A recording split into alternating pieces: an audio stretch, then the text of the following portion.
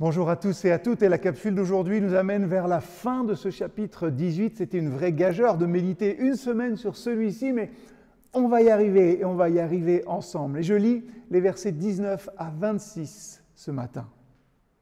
Écoute donc ce que je te conseille et que Dieu soit avec toi. Ton rôle consiste à représenter le peuple devant Dieu pour lui présenter les affaires difficiles. Explique-leur les décrets et les enseignements de Dieu. Indique-leur la conduite à tenir, comment agir. Pour le reste, choisis parmi le peuple des hommes de valeur, pleins de respect pour Dieu, aimant la vérité et incorruptibles. Tu les désigneras comme responsables à la tête de groupes de 1000, de 100, de 50 et de 10 personnes. Ce sont eux qui siégeront chaque jour pour juger les querelles du peuple. Ils te soumettront les affaires importantes, mais ils régleront eux-mêmes les causes mineures. De cette manière, tu allégeras ta tâche, puisqu'ils en partageront la responsabilité avec toi. Si tu fais cela, et si c'est bien ce que Dieu t'ordonne, tu ne t'épuiseras pas. Et de leur côté, tous ces gens rentreront chez eux en paix. Moïse suivit les conseils de son beau-père. Il choisit parmi les Israélites des hommes de valeur, il les désigna comme responsables du peuple à la tête de groupes de 1000, de 100, de 50 ou de 10 personnes. Ils devaient siéger chaque jour pour juger les querelles du peuple. Ils soumettaient à Moïse des affaires difficiles, mais réglaient eux-mêmes les causes mineures. Je commence par un mea culpa. J'ai été dur avec Jéthro la dernière fois. Il ne fait pas que donner un conseil en tant qu'observateur extérieur, non.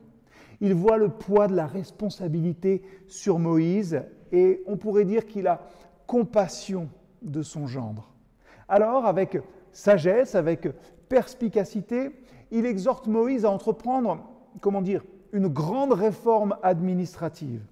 Moïse est l'intermédiaire privilégié entre le peuple et Dieu. Et il faut qu'il garde cette place sans se disperser. Et donc, Jéthro encourage Moïse à instituer un système judiciaire rigoureux dans lequel les décisions seront prises au niveau le plus bas possible. Seuls les cas les plus difficiles seront apportés devant Moïse. Notons les critères de valeur que recommande Jéthro pour remplir les diverses missions énoncées. Les avantages aussi sont considérables. Moins de frustration pour le peuple et moins d'épuisement pour Moïse. Et c'est d'ailleurs parce qu'il en mesure toute la bienfaisance et tout le bien fondé aussi que Moïse écoute et met en pratique les conseils de son beau-père. Jéthro est un vrai responsable. Il reconnaît les valeurs de Moïse, mais aussi l'importance de la présence de Dieu. Et en véritable sage, Jéthro s'efface, si vous le remarquez, dès qu'il constate que ses conseils sont suivis. Jéthro donne des conseils pour la délégation des pouvoirs, et ces conseils seront très utiles au moment où, dès le chapitre suivant, Dieu s'apprête à donner à son peuple de multitudes de prescriptions, de lois et d'ordonnances. On a là une belle leçon de management, et en même temps, ce chapitre est un peu surprenant. Des structures administratives majeures sont mises en place dans le peuple de l'Alliance sans un seul mot de Dieu. Pourquoi Dieu permet-il que Jéthro tienne un rôle si important comme conseiller et confident de Moïse?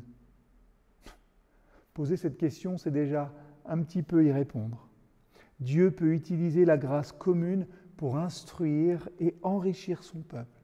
Dieu manifeste sa bonté et sa providence souveraine autant en mettant en scène Jéthro au moment propice, là où le peuple en a besoin, qu'au moment où il ouvre la mer Rouge.